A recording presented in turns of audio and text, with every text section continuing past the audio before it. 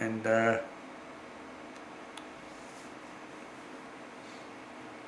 got an interviewed by a bloke named Ralph, who was a scientific officer. This is up in the Dimmick block in Sydney, and it turns out, from what Ian's told me, that he's the son of this Ralph that's involved with that kid that took that bloke's eye out in the Small World department.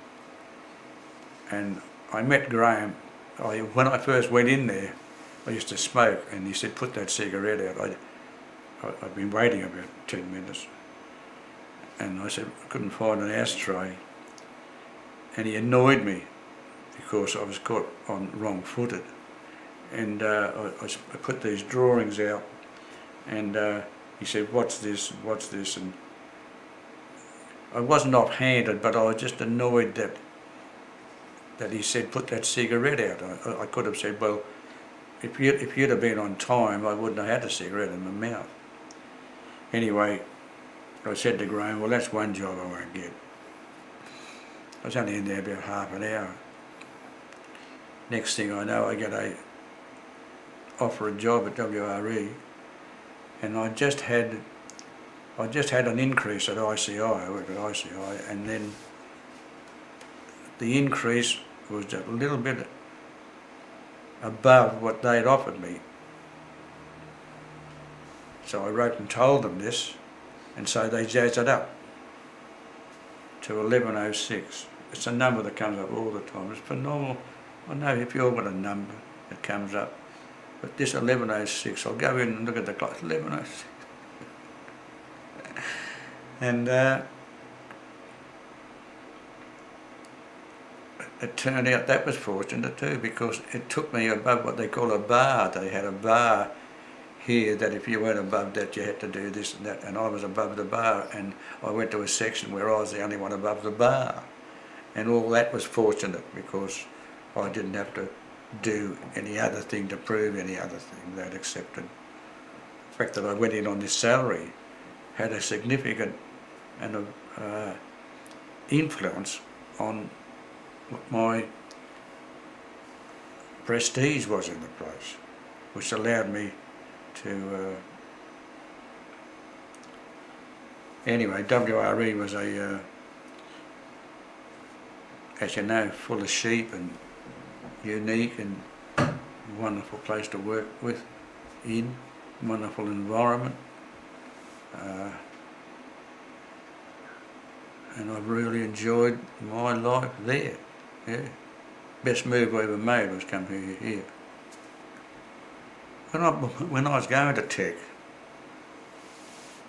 I jumped on a tram at Central Railway Station,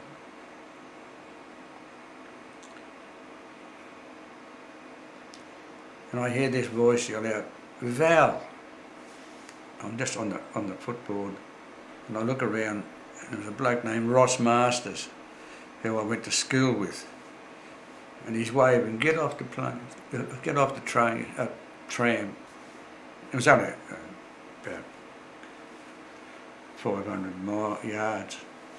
So I get off and hadn't seen him since before the war. And, "How are you? Blah, blah, blah. What are you doing?" So I'm going home. This to be about 6 o'clock PM. And he said, and we were dancers, we were all dancing. He said, "I'm going to a dance tonight at the Petersham Town Hall. Want to come?" I said, "Oh, I've got the books." And forget all that bullshit. "Do you want to come?" "Yeah, okay." So about 10 minutes after it there, he said, "Oh, I just met this Sheila June I met up at Katoomba. She's a real bunch of fun, and I'll introduce you to her." So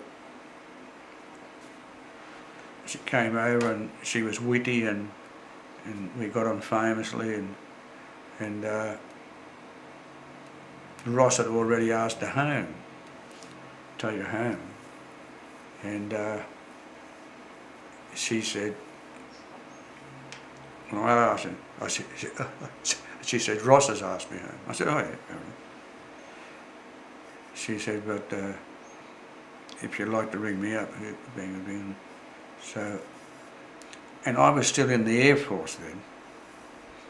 The war had finished, and she asked me home, when I rang her, she asked me home for dinner. And I was living in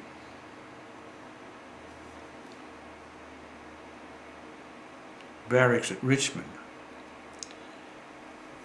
And her mother, we all got on phones with everyone. And would you like to, and this is when I'm about to be discharged, and I had a situation where, depending on the amount of years you'd been in, and I'd been in 4.5 years, you got points. You got a number of points for the length of time you've been in. If you were married yet at the same time, he got more points than you. If you had three children, you got more points than blah, blah, blah. But I noticed at Richmond there were people getting out who had less points than me. And I happened to mention this at dinner table as a bellyache thing.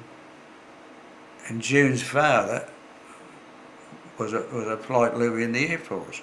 And she said, I'll tell Daddy. Next thing I know, I'm out. I still don't know what influence, if he had influence. But a couple of days later, I'm out. Yeah. And another thing about circumstances, on the day I'm being discharged, you had to get cleared from medical and all kinds of accounts department, or they didn't know how many money for losing a spoon or some crap. There was a queue, and I heard this bloke yell out, I'm walking past, this bloke yells out, Phantom! Bloke in 24 squadron. How you going, what are you doing? I said, I'm going to the medical in general I'll be discharged. Once you get to the medical, that's it. You're out. And he said, I'm going for a course. And he said, I'd just been talking to a bloke that he asked for a course and you have to do a aptitude test. And they told him he's got to wait 6 weeks for the aptitude test. And they send you away on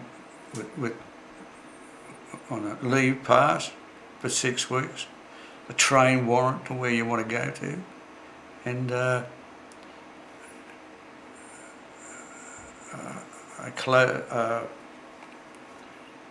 food coupons and blah blah blah. I said, yeah.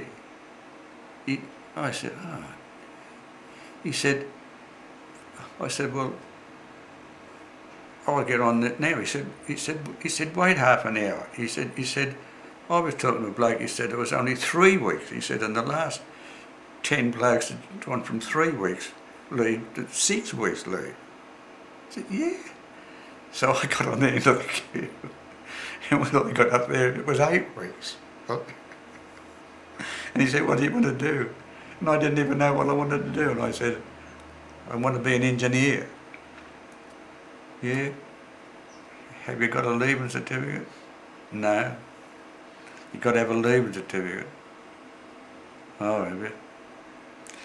But we can send you on a course to get the leaving certificate. Can you? And then you can do that. Yeah. I'm not thinking leaving certificate, I'm thinking the 8 weeks leave. With pay. I've got 8 weeks to do what I like. And a rail warrant to bloody service paradise if I want it. So I sign up. And another circumstance was that Jenny Aliff,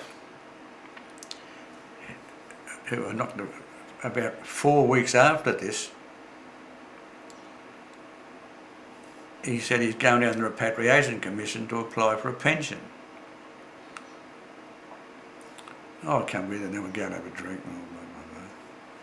We go to this medical and general thing, joint, where he's going to make application for a pension. He was really crook, as you remember.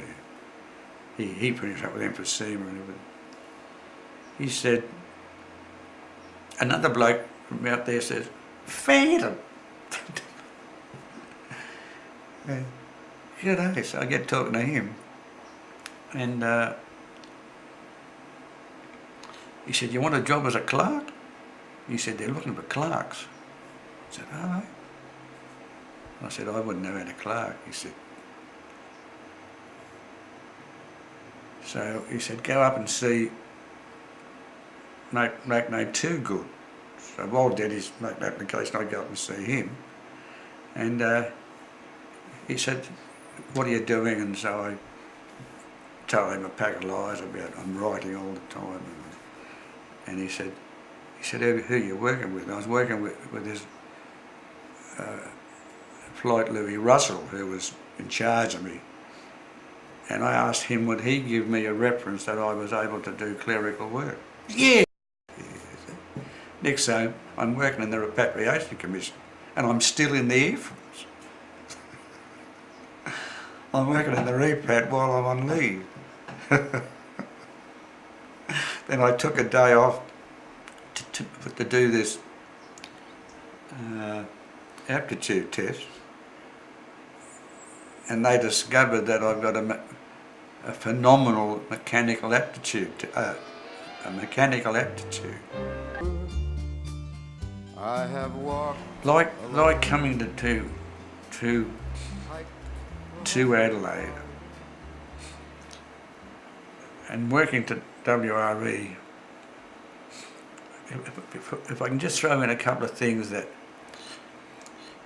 they had some bucks nights at WRE, and there were lots of intelligent people who worked at WRE, and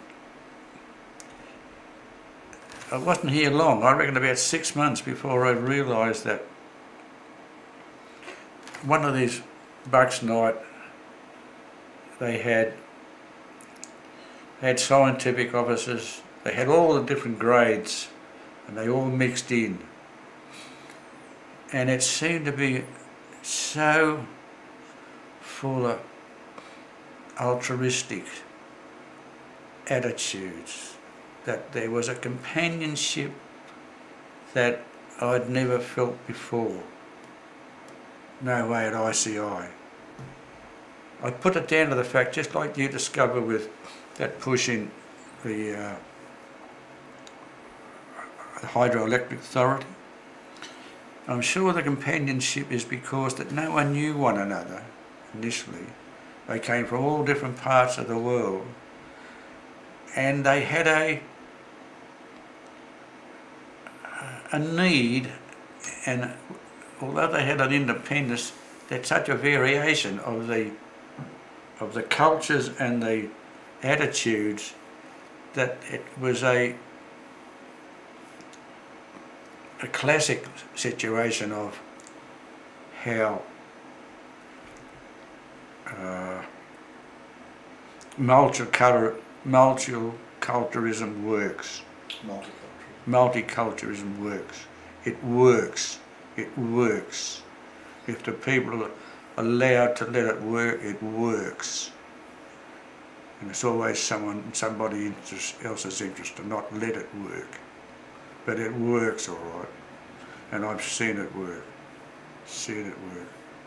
And the cricket club was the same. Just a carry on from there with the same attitude, scientific officers, different nationals, except it was with sport. So it was with work and sport. It's the best experience I've ever had. Unique. Once in a while, along the way, love's been well, I think, I don't know, I've often wondered whether other people's experience has been similar to mine. probably, but it was a continuation of the Air Force. When you asked me about the childhood experience, childhood experience was so contrived, so formulated, so regimented, so like sit up straight, fold your arms, learn your tables. And then I joined the Air Force